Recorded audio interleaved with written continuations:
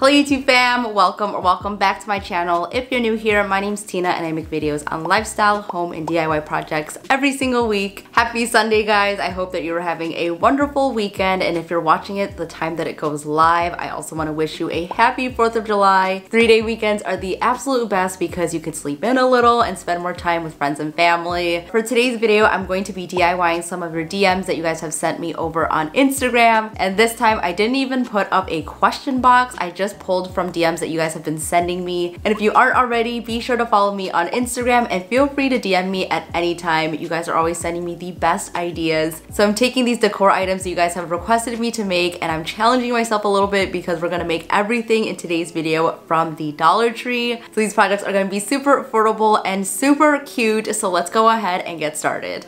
So I'm gonna take you guys over to my craft station, and today's goal is really to recreate these pieces because I know they're a little bit hard to find and they can get a little bit pricey, so DIYing is definitely the way to go. And before we get started, don't forget to like and subscribe, and let's go ahead and get started. Alright, so I have my Dollar Tree goodies here, and the first project that we're gonna do is actually a DM that someone sent me maybe a month ago, and I have a screenshot of it, but it looks really awesome. And this is actually something that I've always wanted to try, and today we are going to be carving a candle. So I have a bunch of these Dollar Tree candles hanging around my apartment, so I decided just to take one that I haven't burned yet. And I also grabbed a wood carving set. If you're lucky enough, a bunch of the Dollar Trees do have a little crafter square, and it just has some really amazing tools, and this one looked perfect for this project. So this set comes with 4 different blades and they look pretty promising. I think these would be perfect for the candles. I don't know how well they would actually do on wood, but we will test them out. I also have my box cutter from Dollar Tree. This has been so handy to have, and I think it's gonna work perfectly for some of the bigger cuts just to get started. And let's go ahead and give this a try. Hello from VoiceOver Tina. First things first, we're going to flatten out this candle by cutting off the 2 sides. So I just used my box cutter to make a line straight down, and then I got to cutting. And I'm not going to lie, this process was not the most efficient, but I tried to get off as much as I could by cutting into the sides, and I also cut through horizontally to get it off bit by bit.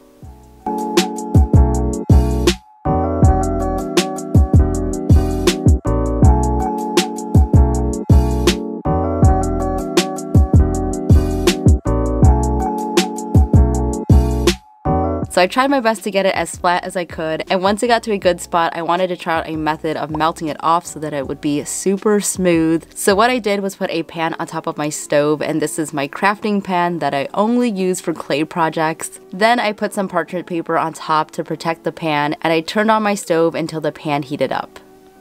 Once it was hot enough, I just turned the heat off, and then I placed my candle right onto the parchment paper, and this is gonna start melting it down really nicely. Usually I do a double boiler situation when I melt wax on the stovetop, but this method worked out really great, and instead of going back and cutting the other side, I just ended up flipping it over and melted it down to be flat. And as I was doing this, I was turning the stove on and off as the heat died down. I was worried that having it on the whole time would be too hot and burn the wax, so if there are any expert chandlers out there who have some advice on other methods, please let me know in the comments below. Now I'm going to move on to the top part, and here you'll see that I'm just pushing it against the edges to create an arch shape. So I'm just rubbing it back and forth to create a rounded edge, and I'm honestly really surprised by how well this worked. Alright, so now we have a cute little arch, and honestly you could just leave this as is because I think it looks really great. But to recreate the carved candle look like you guys requested, I'm going to use the Dollar Tree wood carving tools. The first one I'm using is just a flat blade, and I'm outlining 3 arches onto the surface, and this is going to serve as a guide.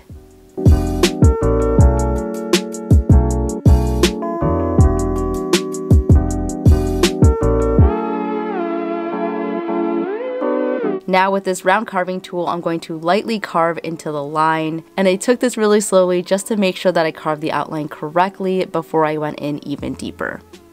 Overall, I'm pretty impressed with this carving set. All 4 blades were just $1, so each one is only 25 cents, and you can definitely use it for other materials other than wood and candles. This process was a lot of fun for me, and it totally reminded me of carving linoleum blocks for printing in high school. So I'm going in and carving it deeper, and you want to have a firm but gentle hand, just because if you carve in it too hard, it will start to skip and start making these harsh marks into the wax, which you definitely don't want.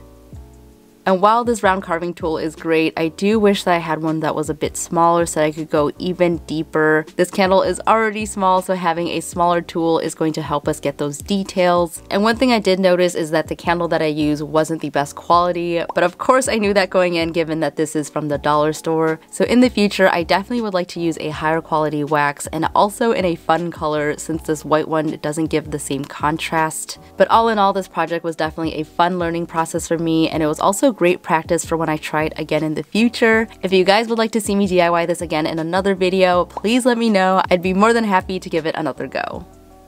At this point, I think the candle is looking really good, so we're just gonna finish it here.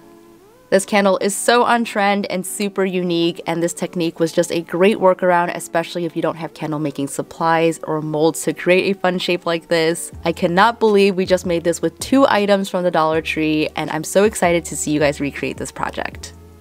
Our next DIY is actually inspired by this vase that I have, and I absolutely love it. It's just the cutest thing ever. I got it from a local florist, and a bunch of you guys have actually DM'd me asking me where I got this or if I even DIY'd it. And unfortunately, I cannot find it anywhere online. I've searched high and low on the interwebs, but I cannot find it anywhere. But I think that we could totally DIY it because it seems pretty simple. So for this project, I'm using one of the Dollar Tree vases, and this one's a lot bigger, which I'm excited to have a bigger version of this, to be honest. I think it's gonna look really cute as a pair. And as you can see, this piece is super versatile, so I've had flowers in it before, but right now I'm using it to propagate plants. And if you guys did not know, using a solid container like this will actually make your roots grow faster. Oh my goodness. It's a lot. I think I need to change the water. So that's my little plant hack for this video. I think this is gonna turn out so cute, so let's jump into it. So you guys already know the drill. We're gonna grab our polymer clay for this project and rolling it into a slab. And here I'm using 3 popsicle sticks on both sides to make it even all around. As an extra measure, I placed some wax paper right on top and rolled over it. And then I also used my acrylic rolling pin to rub on top of the paper to make it extra smooth. And there's just something so satisfying about peeling it off and revealing a nice smooth slab. Now with my ruler, I'm creating some straight edges to start our little semicircle shapes. And as a guide, I'm using a small plastic container, and I marked off 2 edges, and this is gonna line up perfectly on our lines. And with my X-Acto knife, I'm just gonna score the shape onto the surface just to make sure that I had enough room for all 6 of them. To figure out the diameter of the circle to create these semicircles, I just took the length of the vase, which was about 7 1/4 inches, and I divided that by 3, and magically this container was just the perfect length for the semicircles. And once those were on there, I just went ahead and cut them all the way through.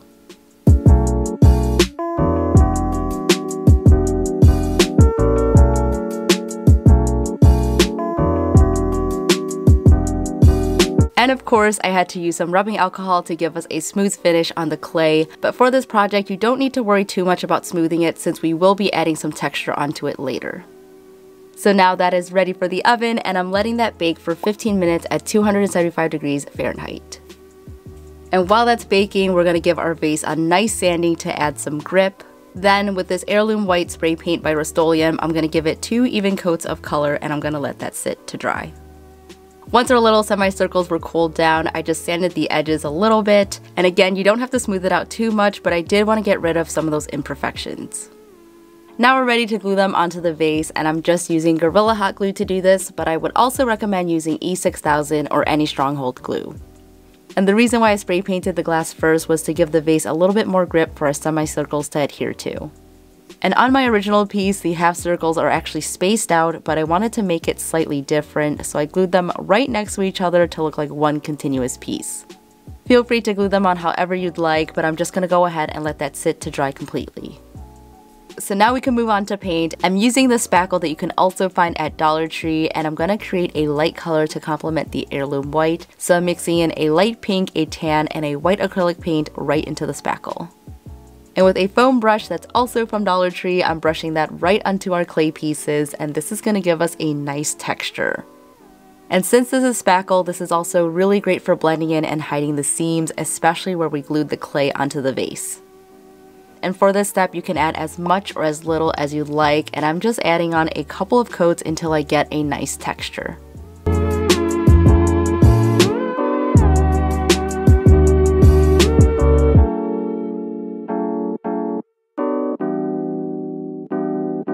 After this step, I sprayed on a matte top coat, and this completed our vase. You guys, I'm loving the recreation of the original vase that I have, and with just a few items, I was able to make a fun vase that just brings me so much joy every time I look at it. This would look so good on an end table or on a dining table, and I can imagine it in so many fun colors. These projects were definitely a challenge, but I really had so much fun creating them. I think the candle carving probably is my favorite just because it's something that I've never done before. And if you guys have a favorite out of the bunch, please let me know in the comments below. If you're inspired by any of these projects and recreate them, be sure to share them with me over on Instagram. I also post on there every single day.